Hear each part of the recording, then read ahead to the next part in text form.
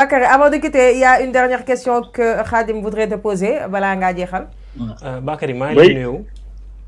Khadim maa ngi lay fay bu baax a baax. Bon, en fait gis nañ déclaration yi disons information bi et tout mais man je vais dire que ni dafa am benn information bu manqué parce que boo xoolee rapport Cour des comptes bi nga xamante ne ni moom moo génnoon doon wax ci ministère des sports. En fait, il y avait benn somme bu ñu waxoon que ni moom lañ alloué woon le ministère sauf que ici en fait information yi ça concerne la Coupe du Monde 2022 et disons la Coupe d'Afrique.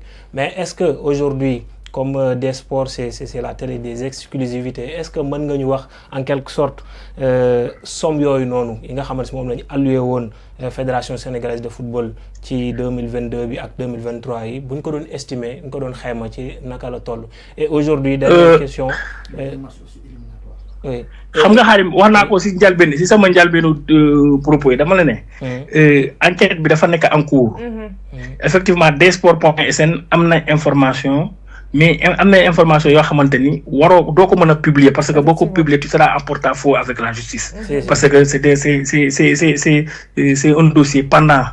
Donc mënoo ci xuus. li ñu mën a wax mooy effectivement wax nga ko. Bien avant même ñi wax le fonds Covid au ministère des Sports am na yeneen information yoo xamante ni Cour des comptes jot na ko moo tax mu demal boppam Cour des comptes dafa demal boppam ba fédération ba ministère dugg dem poser question ñi nga xamante ne war na leen poser question. C'est de cette même manière là que la Cour des comptes a appelé les dignitaires de la Fédération sénégalaise de football pour poser leen ay questions parce que ils ont vraiment des préoccupations te bëgg nañu gars yi indi leen ci. Donc l'un dans l'autre li ñu mën a maintenir mooy l'information là est avérée.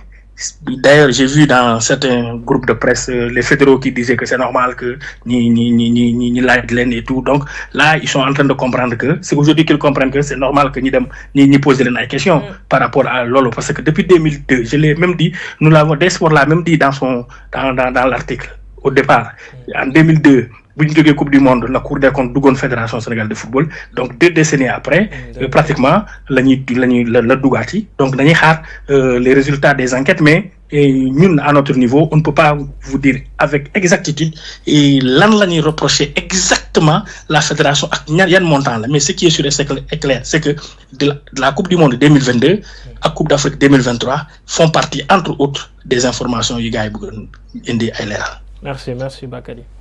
Alors, Bakary, je pense que Mbaye a une dernière question avant la mienne. Après, nous allons l'activité. Voilà, alors moi, j'aimerais bien savoir, avec Tchouli Yefiyep c'est-à-dire, AG Bini Wadjal, avec l'Inga Hamantene Modi, Cour des comptes, l'Inga Hamantene enquête, Amal Nako, est-ce qu'on sent que le torchon est en train de brûler et que c'est la fin du mandat de Ninga Hamantene Nyonek instant bitu gouvernance sous Fédération sénégalaise de football? Non, ce sera très prétentieux de notre part de dire que c'est la fin de leur mandat. Ce qui est sûr et clair, c'est que on les a élus de 2021, août 2021 août 2025. Donc ils sont à un an de la fin de leur mandat. Est-ce que dañu wara dakal mandat bi? Je ne suis pas sûr et je ne suis pas de ceux-là qui pensent que football bi dañ ci wara indi problème bi tax ni le football doit être ingouvernable. Non, s'il y a des problèmes, il faut se regarder en face et régler ce problème-là. Fuñ ko wara régler. Assemblée générale lañ ko wara régler. Il y a beaucoup d'impairs même au niveau de la convocation pour vous dire que Augustin Senghor day tañaxé. Comme première convocation bu mu envoyé da ko mujjé annuler defaraat benen convocation.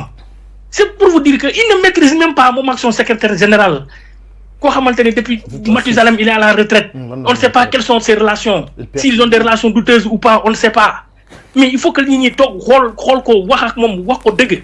am na yu bari yo xamanteni man neena la mënuma ci dugg même si enquête bi sax mënuma ci dugg mais damay sama yaram day tang ba finalement damay ci bëgg di xuus parce que lu nekk ci football Sénégal moy mascarade, c'est de la catastrophe. Il faut vraiment régler ça. Augustin Senghor, il a autre chose à faire que d'aller dans les plateaux de télé, dans les plateaux de radio pour tirer à boulet rouge sur le fonctionnement de telle ou telle chose. Xam nga mu xamné kilifa da ngay don kilifa boy kilifa da ngay xamné kilifa nga da ngay def yefu kilifa. C'est ce que moi j'ai toujours dit. Moi, je suis d'accord avec nous. C'est le plus grave, moi. J'ai toujours dit, dans ce football, il y a trop de sournois. Tu as une information, tu envoies le message, bravo, tu es le meilleur. suba si l'information les concerne tu es la poubelle. Tu es catastrophique. Ils en ont on a des même Mbaye Sène bu toog foofu il a 1001 messages de félicitations. mais am na ay messages yoo xam ne gars yi dañ koy xalab te ce sont les mêmes personnes xam nga am na yoo xamante ne duñ ci dugg moo tax nag Khadim et plutôt Marceline. ñun on n'a pas la prétention de dire que Augustin Senghor dafa war a des ba fin mandat wala dañ ko war a dàq mais bu ñu ma laajoon sama idée mooy nous sommes en démocratie il faut laisser continuer jusqu'à la fin de son mandat. Effectivement je laisse Mbaye Sène terminer. waaw non ci jaajëfal Bakary rek dama lay bàyyi nga jaajëfal ko après ñu ñëw campé waxtaan bi. waaw ñu lay gërëm bu baax en tout cas ci dugg si gi nga def ak vraiment point yi nga ñu leeral. je pense que tu étais la meilleure personne sur ce sujet à ce que nga indil ñu leeral yi xam naa ne di nga ñu mayaat yeneen exclusivité incha allah. comme il a l'habitude. Bakary dem na de. alors day mel ni Bakary daw na alors Mbaye Sène dégg nga leeral yi nga xamante ne vraiment Bakary Cissé indi na ko ci point bi nga xamante ne tout le monde en a parlé hier.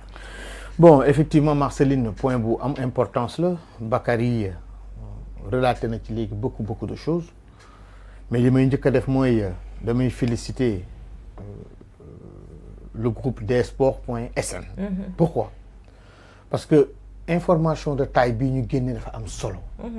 day wane ni càmbar foog mu am ci lépp loo gis ci àddina nit il faut que ñu seet li nga def ak loo deful mais ñu surveiller ko ça ne veut pas dire que dañ la jiiñ na yaa lekk wala yow yaa ko na saxal loolu benn la ñaareel bi xam nga man le président Augustin Senghor je l'estime beaucoup il a fait parce que nag déggoo ñu jiiñ ko ci ay def na lii def na lële booba tey mu ngi def waaye damay fàttali rek ni moom ci boppam le président Senghor moom moo waxoon ne nañ ko fal mu eggali li nga xamante ni moom la fi teg